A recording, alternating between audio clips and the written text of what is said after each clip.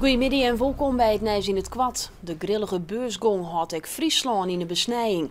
Het is weer een zenuwheftige dag op de beurzen. De koersen zitten op en del. Vermogensbeheerder Gosse Akkerman van het Jereveen volgt de beursontwikkeling op een voort. Hij handelt voor particulieren. Het bedrijf dat hij werkt had zo'n 1000 klanten en het is nog drukker als oors. Sommige klanten die worden misschien wat ongeruster dan normaal. En die bel je eens op en die steen we te wut. We hebben de oude weken al wat meer liquiditeit in de portefeuilles opbouwd. Dus het gaat bij u eigenlijk heel rustig. Hier en daar verkeepjes wat in de portefeuilles. En wij wachten nou onze kansen aan. Akkerman denkt dat de boy hem haast berikt is en dan kan er voor een prikje weer van alles kocht worden. Troch de beursdelgong zou er wollen naar een recessie komen kunnen. Het scootjesielen op de Vluizen bij Eerlehuizen is van de middag vanwege te hudde wien net teruggaan. Bedrukte gezichten bij de wedstrijdcommissie van Eerlehuizen. Haar feesttenten bloot joen leeg. De minwarie had besloten, maar de skippers, dat het te volle wien stiert. De plaatselijke commissie hier leven starten wollen, omdat de wienkracht letter op de middag aannemen zou. Maar het wetten van de Vluizen bloot leeg. De scootjes binnen in de rin van de dag naar de Lemmerveen. En daar werd ook de wedstrijd van Joert Tonzietemoon inhellen. In Snits is juist voor het eerst een roze man die houden. Een feest voor homo's. Het is op touw zet door de Snitser tv-presentatrice Manon Thomas. Homo-evenementen in Tilburg, Amsterdam en Nijmegen tjenen als voorbeeld.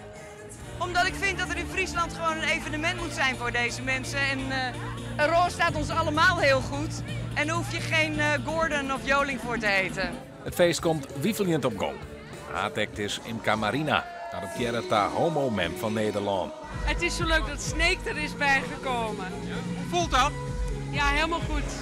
De roze mandje in Snits moet een eerlijks evenement worden.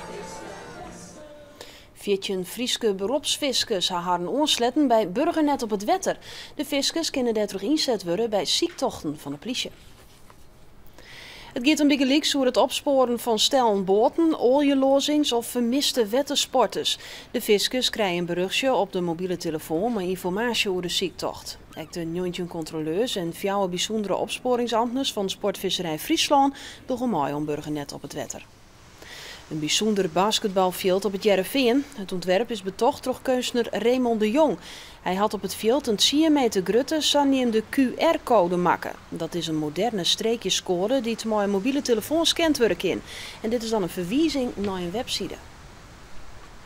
Het is een wonder dat ze toeleven ha. Treien kotjes uit Oude Haske haar kilometers online wil ze onder een riedende auto zitten.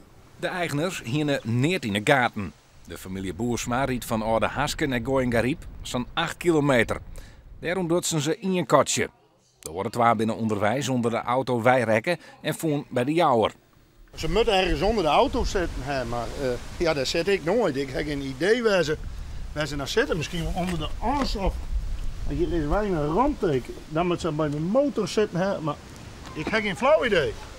De kotjes te zien hebben ze net 1 skramke oproen. Sportclub Cambuur is het nieuwe seizoen goed begonnen. In Apeldoorn waar het maar 4-2 won van AGO-VV. Cambuur komt op vlug op achterstand, maar draait het nog var het skoft om in een treien in je vastsprong. Leon Hezen scoort 2 keer en Mark de Vries maakt het erin. Na de rest had Cambuur het dreig. AGO-VV maakt het treien 2 en met Tanko Marco Bissot bleut het iksa. De keeper redt een paar keer geweldig en houdt de vastsprong daarmee vast. En 10 minuten voor tijd valt de beslissing. Erik Bakker scoort uit een strafschop en de eerste overwinning van het seizoen is een feit. Voor ons was het belangrijk vanavond dat we de 3 punten mee naar Leeuwarden zouden nemen. We zijn tevreden over de eerste helft. Een paar accentjes leggen dat wat nog beter kon. Maar de tweede helft, dat is niet acceptabel. Absoluut niet. En dan ben we daar onder waarsverwachting. Vannacht klert het op en is het vrij rustig waar. De westenwind is zwak ontmatig.